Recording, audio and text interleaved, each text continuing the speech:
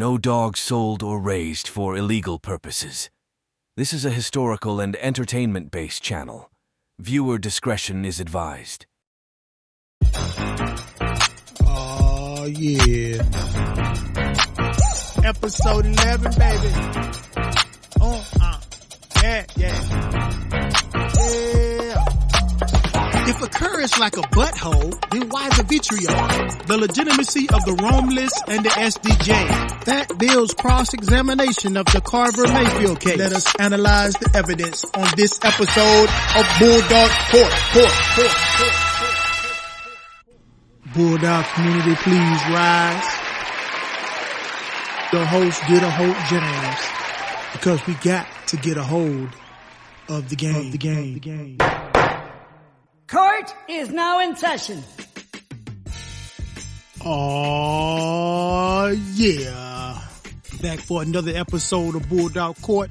This is your host, Get a Hold James, because we got to get a hold of the game.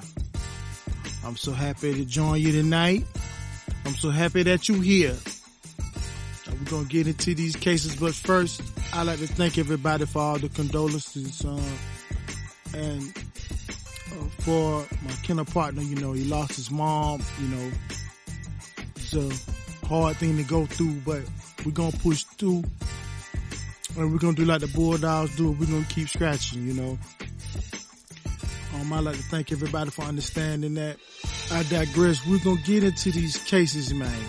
We're going to get into these cases, you know. But we got to look at some stuff from last week. Some commentary was made. I wanted to make sure that I do my due diligence for the Bulldog community to hear what people, dog men have to say that's more knowledgeable than I am concerning certain matters, and bring forth receipts. You know, people like to hear receipts. You know, it's not even really about what I'm saying, or it's just simply because people tend to not hear when I say, I am not the judge nor jury. For it's up to you, the Bulldog community, to decide which way the tide may roll. It just seems like people don't hear that sometimes, and they think that this is my own judgment of some sort. But no, this is just me presenting different questions that I have that many other people in the Bulldog community have. Some of these things are coming from, you know, different sources, different references of different issues that has happened or been talked about many other times in the Bulldog community. I am no different. These are things that, you know, anybody can, if they do their due diligence to look up and research, they might have questions also. But I'm bringing forth these things before the Bulldog community to get the Bulldog community's synopsis on what they think.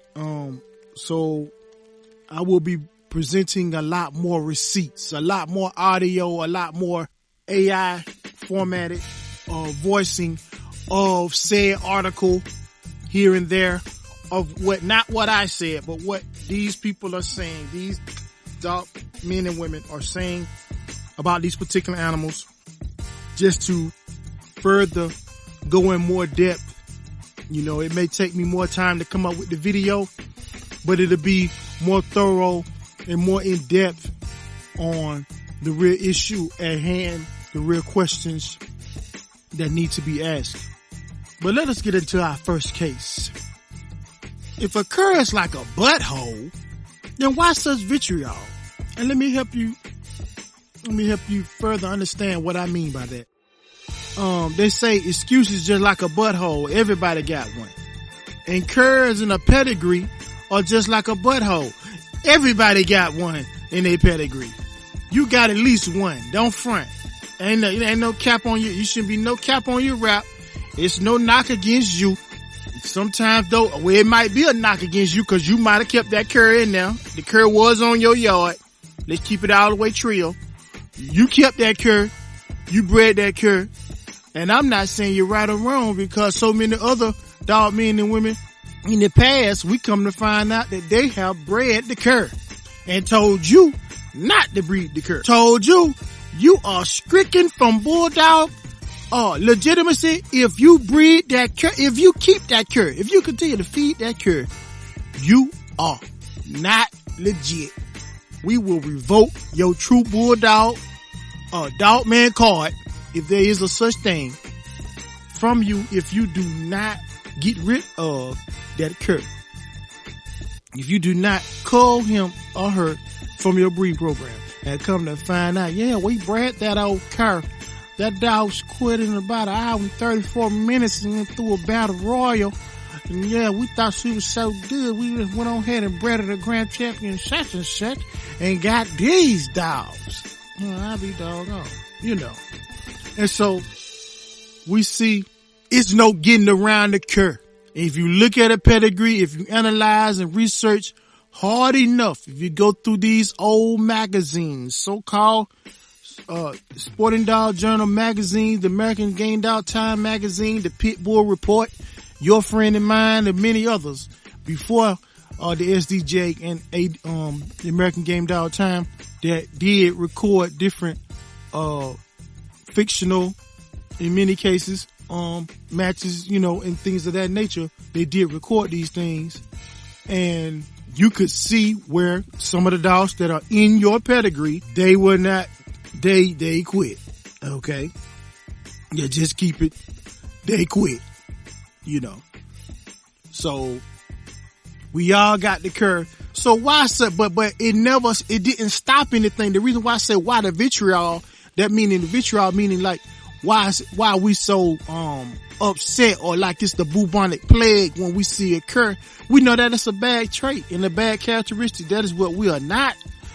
Historically, back in the days, this is what the things that we did not want to see. But we see all these champions and grand champions and all those dogs in history. They also got curs in their pedigree. And all of these things I'm talking about are historical references and the historical mindset of dog men and women back in history. And even now, we still analyze and look at the cur. I'm also guilty of this, looking at the cur as a knock in a pedigree because of what I knew of the past. That's just basically it.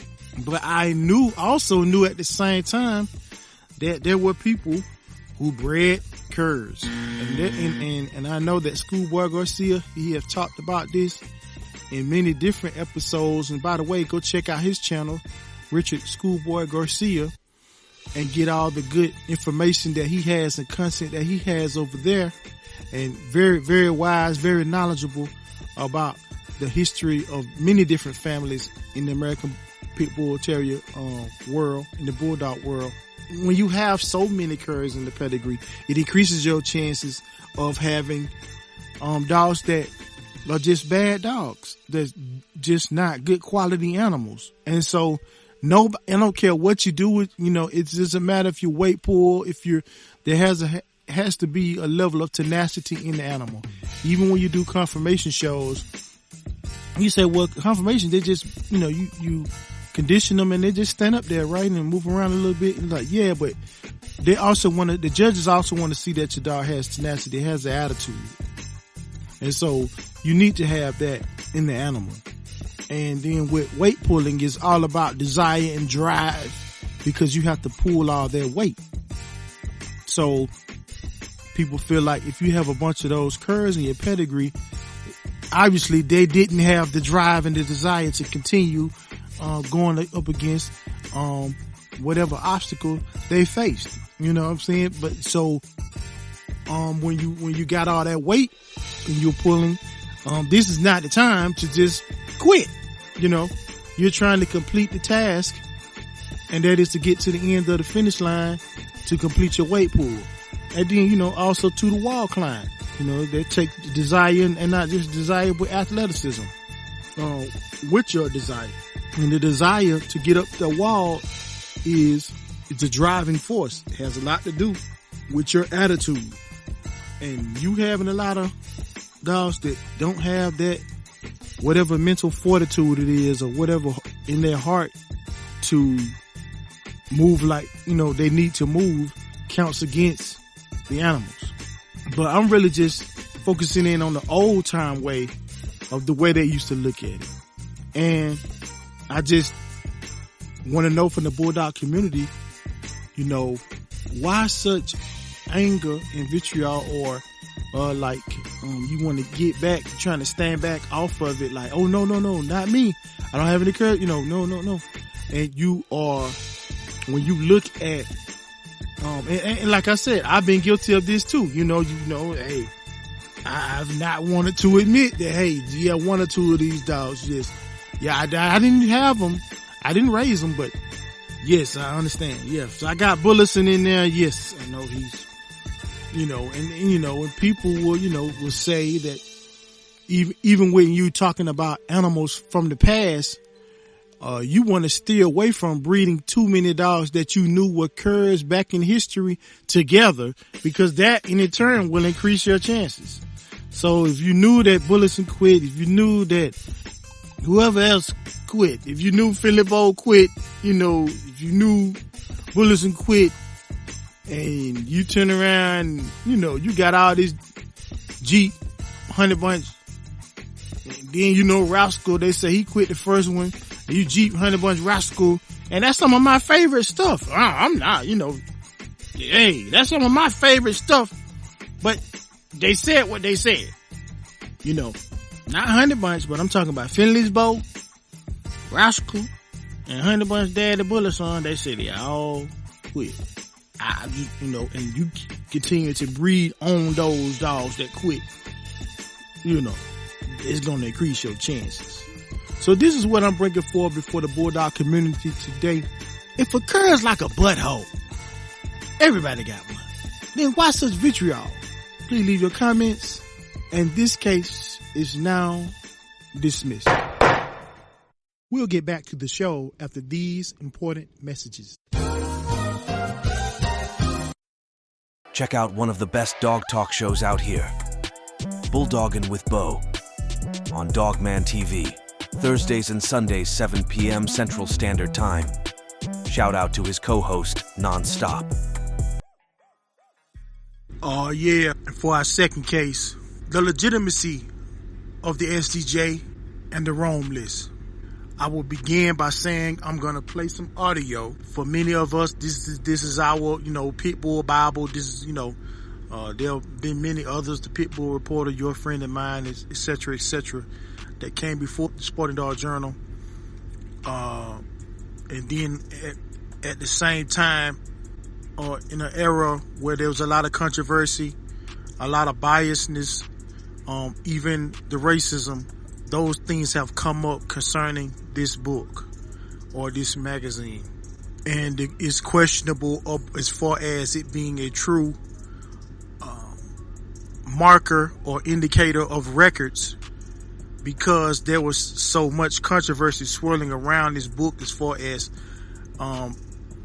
people like Fat Bill who came and made complete opposition in so many ways of this book, because even he, as a Caucasian male, was frustrated with the biasness of the Sporting Dog Journal, which he used to commonly call it the Jeep book or the Crenshaw book or the Jeep Crenshaw book, because it was so much biasness being paid to James Crenshaw and Jack Kelly and Friends. Some people call it Jack Kelly and Friends magazine, because it really was about the advertisement and the publicity put on Jack Kelly's friends' dogs, and everybody else you just get whatever, just be happy I put you in there, because it's really about me and my friends. It's really not about any of you.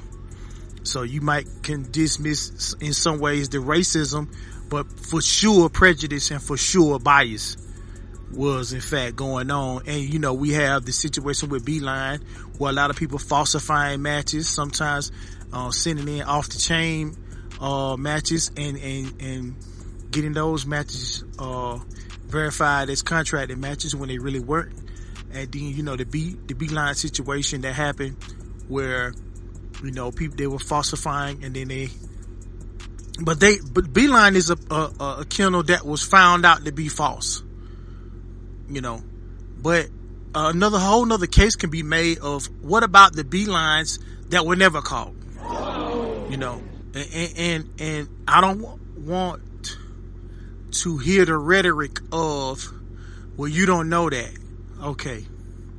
Well, there have been a lot of different scenarios in the time I've been in dogs concerning that magazine, and there have been 2-3 other people come up in a show on YouTube or elsewhere and say, hey, no, that wasn't the referee, this was the referee.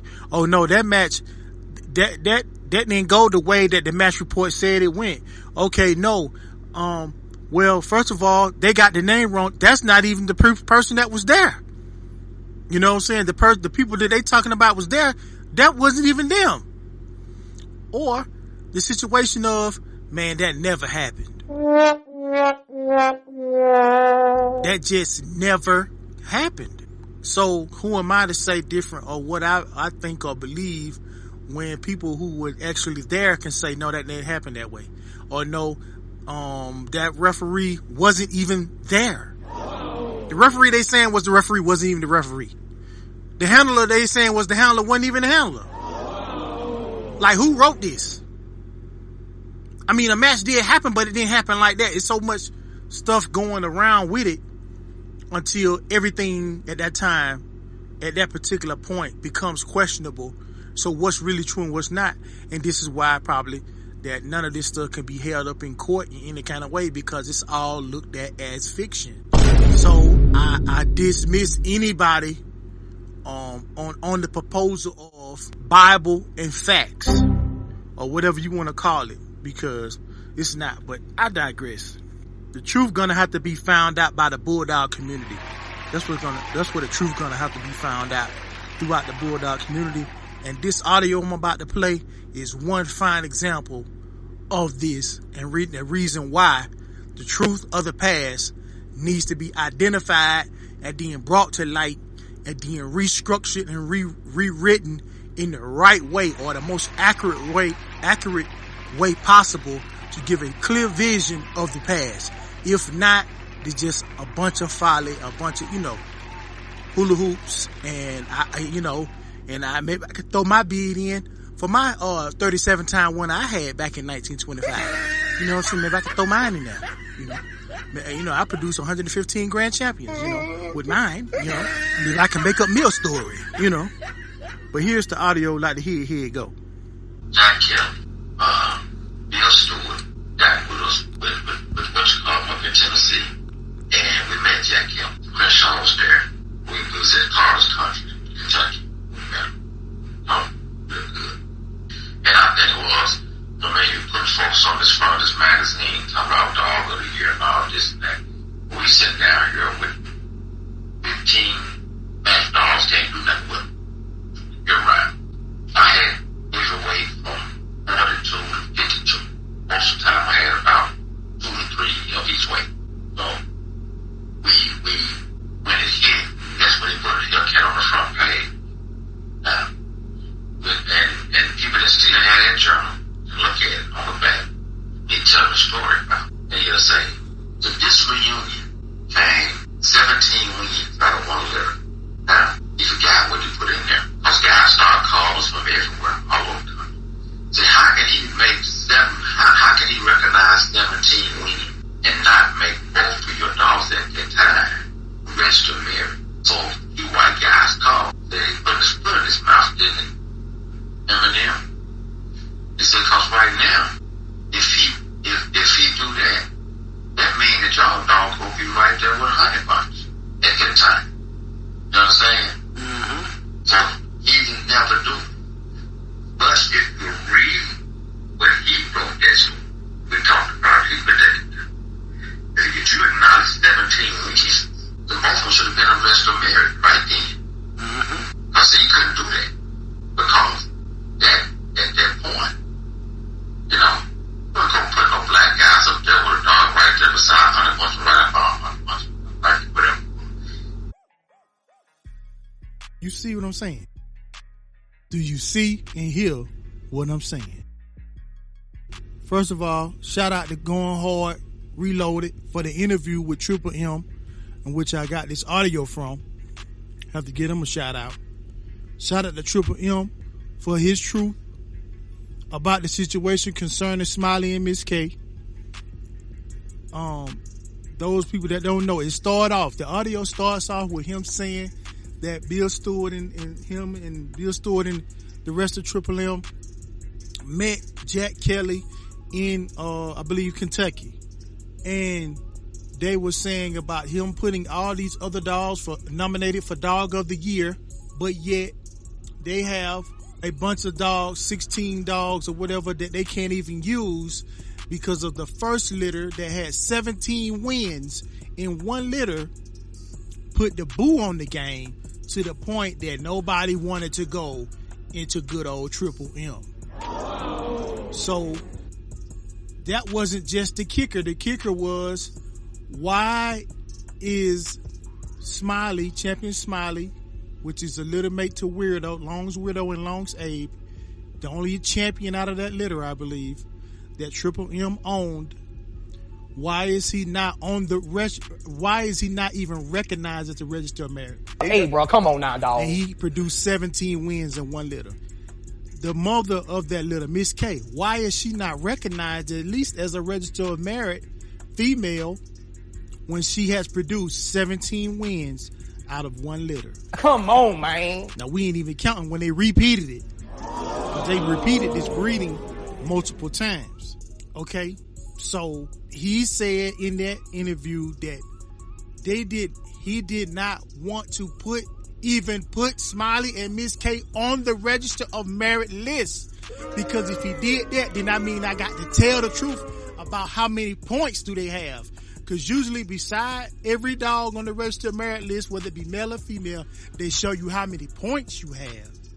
So if I tell the truth about him being those two dogs being registered of merit, I have to tell the truth about the points that they have produced. And if I tell that truth, then he's going to have more points or just as many points as Jeep and Honey Bunch. That is number one. That is, at the time, that is the number one producing male pit bull terrier on the planet. Come on, man. Honey Bunch, his mother, is the number one producing female on the planet. All time, as far as these records that we know go. You're gonna have to put an asterisk by all of this, because as we can clearly hear, what we see as the list and the registered merit list, and I don't know why so many people have so much credence to that list, and you hear it in your own video. You hear it on your own audio that was in fact, that list is just as much a cartoon character as Bugs Bunny and Mickey Mouse. And then he breaks down later on that video and said he couldn't put it on there because who wants some black dudes to have dogs right there by James Crenshaw, white guy? Who wants to see that? What an eyesore for us hillbilly Jims who I don't want to see that. I don't want to see some N-words dogs who using Mayfield N-word dogs at the top of the list of all my rebel flag flying hillbilly Jims of the world. And on another interview, they have, shout out to Going Hard Again, they have interviewed Triple M multiple times, and a couple of times he popped up on the show. You will have to go through their videos and find the videos in which, because some of them, I think they do they put on there that there was an interview. This is the interview with Triple M. And other times he just calls in randomly, just to show a shout out to his partners, to his guys, the twins, and, just to check in and see what they're talking about today or whatever, what's the subject for tonight. So he would do that because I've heard every one of their episodes. So I know it's been a couple of times that they didn't write in the description, in the title that he was on the show, because he just did a pop-in. And one of those times, he flat out said that Jack Kelly said, who is the person that was over the magazine, who is the proprietor of that magazine before he turned it over and retired from out of it, that he could not put a black dog at the top of the list because his magazine would lose legitimacy. I repeat, for those who are hearing impaired, that he could not put a black dude's dogs at the top or beside the number one Jeep and Honey Bunch because he said his magazine would lose legitimacy. And let's just keep it a buck. It ain't about the truth. It ain't about legitimacy. And the legit goes out of the window when you don't tell the truth. I repeat, your legitimacy goes out of the window. You can't look at me. I'm gonna just speak for myself on this one. You know what I'm saying? Get a hold Jane gonna speak for himself on this one, because this is what upsets me about the game, when so many people try to defend with all their heart and might and soul behind that magazine, and it's clear as day they was fucking biased. It was about me and my friends. Fuck y'all. And if you glad I put you in there, you better be glad I put you niggas in this magazine. This my magazine, and this is for me and my friends. Fuck y'all. And your dogs. And how legit they are. And how well they produce. Fuck all that. I'm gonna embellish and tell the greatest story I possibly can come up with, literally, from a literature standpoint, about my friends' dogs. And when you hear about that Jeep and Homer match, they say they fucking fell asleep in the middle of the match. Come on, but man. That's not what we heard when Jack Kelly wrote the story. It was one of the most beautiful war stories you ever heard, next to the writing of the Star Spangled Banner. And you steady beholding to a magazine that tells you, and you have heard report after report of people saying things that happen in there, that when you witness an interview, the people that were actually there, it didn't go like that. Some of the match reports are falsified, and Jack Kelly knew they were falsified. Why you think B-Line could get exposed? You not my fucking friends. So I'm gonna have some people do a list about you. I'm gonna go around and find out, is this really true? Cause I'm not beholden to you. So if you falsifying, yeah, I expose you. But don't think for 1 second that kind of legitimize Jack Kelly. Blessings to the dead, but I'm just saying, wrong is wrong. 2 left shoes is still 2 left shoes. And I don't care. Miss me and anybody else in the Bulldog community that's for the truth. When you falsify, don't tell me, don't piss on me and call and say it's raining. I'm sorry. You're not finna piss on me and say it's raining. And I have, and then shout out to Bulldogin with Bo. Just the other week, they had an interview with Lil Rock. And look, they didn't ask the question, but he told them. How about that? They didn't ask the question, but he told them. He said, and by the way, people who don't know who Lil Rock is a dog man, have done many interviews for the Sporting Dog Journal. He worked candidly with Jack Kelly on the magazine, going out, getting interviews, bringing them back, writing up, doing write-ups in the magazine to help Jack Kelly out. He says Jack Kelly was extremely good to him. This is an African-American man, Lil Rock. He said, I love Jack Kelly. I love his family. I love his children, all of that. Not taking away from nothing about the way that he treated me. You see what I'm saying? But he was a racist, though. These ain't my words, these Lil Rock words. But he was a racist, though. Because he said, anytime you do my people wrong, I got a problem with that. I don't care how good you treat me. Which is fair to me. Yeah, you treated me good, but you might be treating me good. And yeah, I'm a black dude, but you treat me good because I'm helping you out with your magazine. You might be a little biased toward me. But the rest of you niggas, I'm finna look over y'all every chance I get. You see what I'm saying? So it's people that been in my comments before when I talked about Hispanic dog men and how well they did. And these, I believe, might have been other Hispanic dog men who were saying, well, back in the days, they left a comment saying back in the days it wasn't like that. It was about who had the better dogs in competition, and we were going into whoever, white, black, Hispanic, whoever. And it's too bad that now it's about color. Newsflash.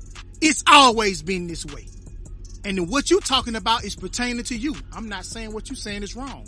But those kumbaya type kumbaya camps were in pockets here and around the world. In America and in the U.S. and around the world, those kumbaya things, they happened. I'm not saying they didn't happen, but they were in pockets. For the rest of the song, we're talking about probably 20% of what you're talking about. The other 80% was very much racist bias. We're not recognizing your dogs. I don't care how many times you whoop us. We ain't reporting that. We're going to report that one time that we beat you, we gonna report it. But when you kicked our ass in, we not reporting that. So it ain't about the dogs. It ain't about, well, if I win, I win. I lose. It's about the sport. And it's about the competition. Hey, I'm gonna report it when times I win, just like I report the times that I lost. It ain't about that. Stop it. Please stop it. Please stop it. That's not the time we are currently living in. That wasn't the time, in the time in that time. And before that time, it wasn't that time. I'm so sorry to tell you. It was never that time. If they got a chance to, the blind neglect, to act like your issue don't exist, your complaint is non-existent, we're gonna turn a deaf ear and a blind eye to what you got going on, they'll do it. Cause that's what it was about. Yeah, it was about, and you could say whatever you want to say. You had white counterparts and y'all was cool. That's cool. And I'm cool with that. I know some good white guys. It ain't about that. Right now, we're talking about Jack Kelly, the biasness of this magazine, and those people who are beholden to this magazine like it's the absolute truth, fact, and then got a nerve to act like this all we got when the American Game Dog Times was over there at the same time. And like I said, you can dismiss the racism, but you can't dismiss the prejudice that was going on.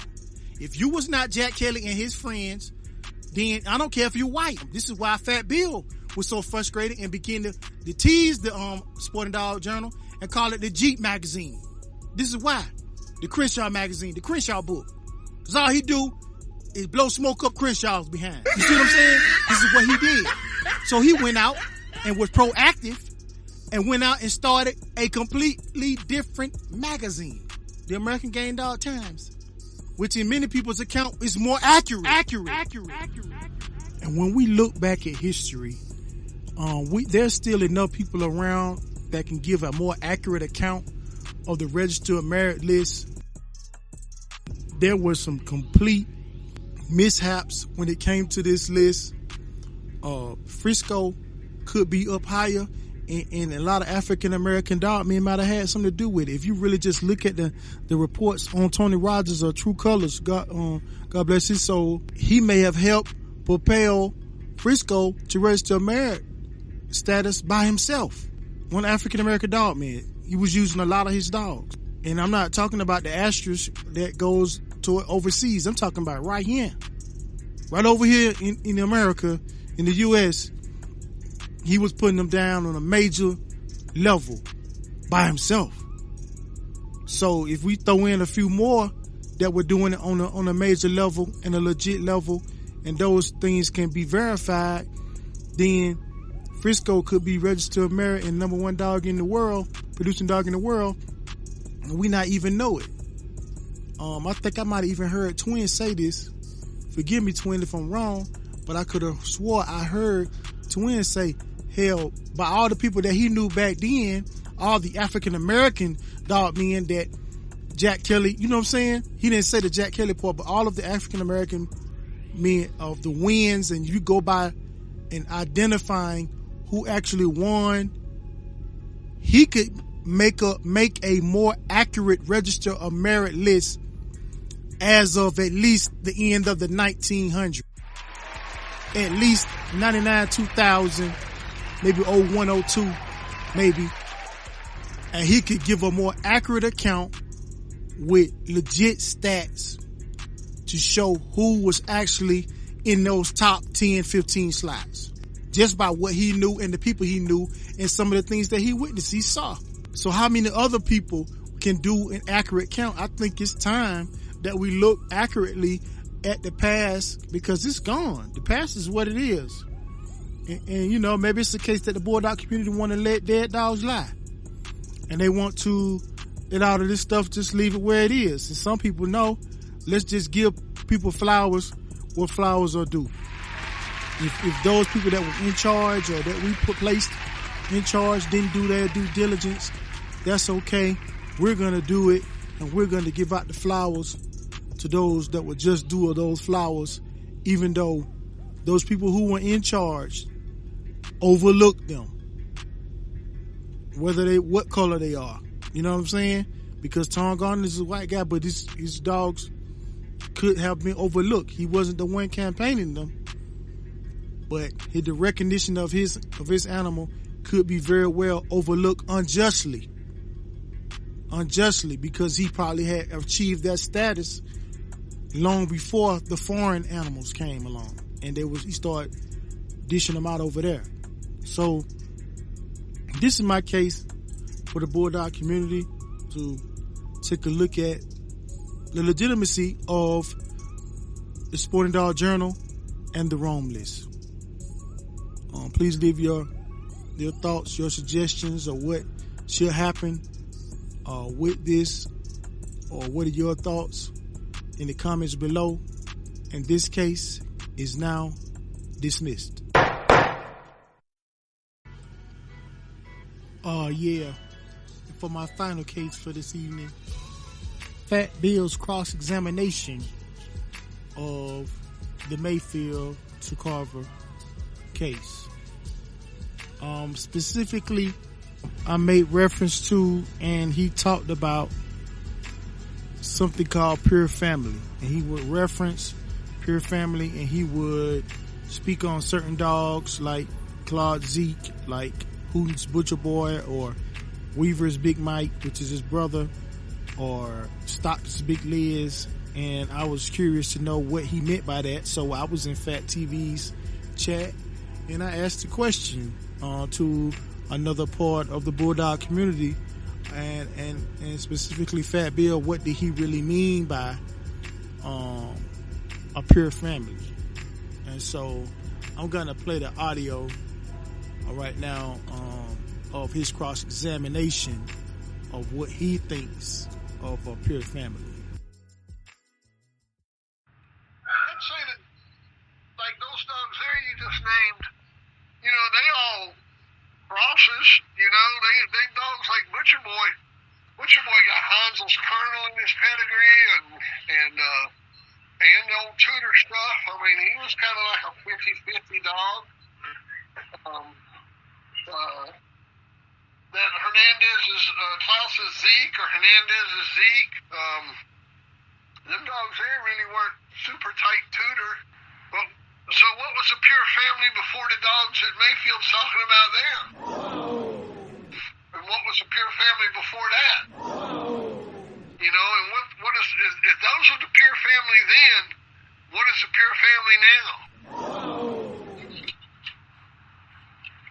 I mean, if that's what the pure family was then, or examples of that, A, what made that the pure family? And B, where is it now?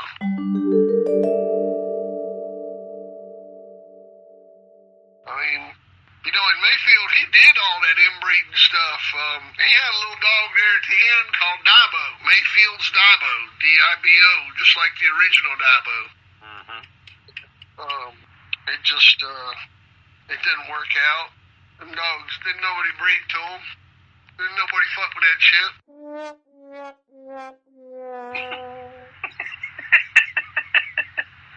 No, ain't nobody breeding no Mayfield dogs. I tell you what, I got a better question than that. Does anybody breeding any Mayfield dogs? Has anybody in this room seen a Mayfield dog? Now, I'm talking about a Mayfield dog bred top and bottom. Like, I've seen a Crenshaw dog before, bred Crenshaw top and bottom. I've seen a Tom Garner dog before, bred top and bottom. I've seen Maurice Carver dogs before, where Carver bred, like, the dog himself. I've seen dogs right from Carver's yard. You know, after he died, I've seen dogs. I've seen that Creel's Chuck. I've seen Wood Snooty. I've seen several dogs that come right from Carver's yard. So my question is, who here has seen a dog from Don Mayfield's yard? Or even like a dog off of two dogs from Don Mayfield's yard? We'll even give it that much. Paris, that's the last person I know that had them. Yeah. And alligator blood wasn't Mayfield blood. That was really more Tudor blood than anything. And the old plumber dog, old plumber blood. Yeah. But I mean, you name some dogs that Carver bred. The hell with how they're bred, just who bred them. You know, Carver, he bred Boomerang. He bred Midnight Cowboy. He bred Honey Bunch. Well, damn, that's 3 good ones right there, ain't it? Damn. Name 3 dogs Mayfield bred like that. And there you have it. That is Fat Bill's cross-examination of the Mayfield Carver case from the last episode. You can say what you will. Mayfield did have some registered American producing dogs. I don't know if they were of the caliber of the dogs that he named towards the end of that audio.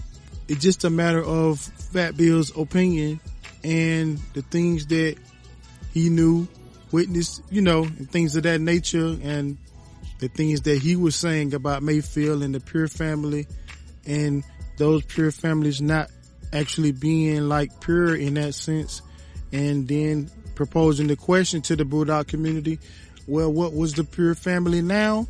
What was the Pure family then? And what was the Pure family before that? If those are Pure families, then there has to be a previous family that they came from. And so, there's a few other questions that he asked in that audio that could make for some good court cases, but nevertheless, we just leave those for the Bulldog community to plunder over and debate about and talk about. In the case of Fat Bill's cross-examination of the Mayfield Carver case, this case is now dismissed. Oh yeah. Now it's time for my closing monologue. Like I say on every episode, make your next move your best move. But move strategic like a chess move. Y'all go out next week, scratch real hard into the next week. Be productive. Make sure you give your hounds plenty of water. Hella hot outside. This is your host, Get a Hold James. Cause we got to get a hold of the game. I'm out.